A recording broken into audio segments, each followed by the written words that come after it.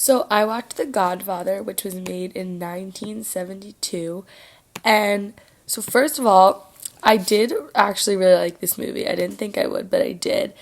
Um, it was a little longer than it needed to be. I think it was kind of slow, but it was like after it got into it, it was really interesting. Like, I've never watched anything about the mafia before, so like knowing what that was like was pretty cool.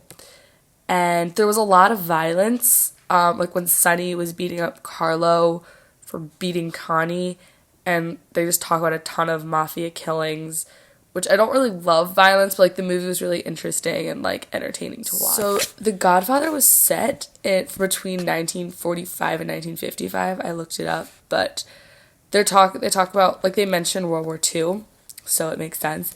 But it was made in 1972.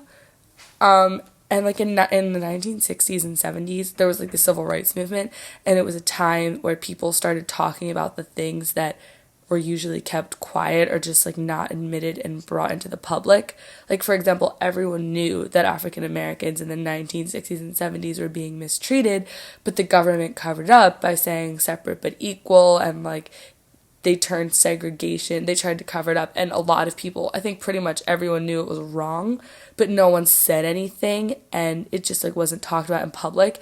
And the 1960s and 70s was when people actually started to talk about these things, and like it was okay to discuss them with people.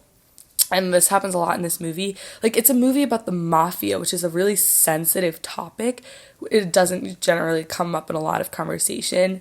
And now suddenly, like, a movie was made about it. And it just really shows a lot about the time period and how people were starting to be more accepting about talking to sensitive issues.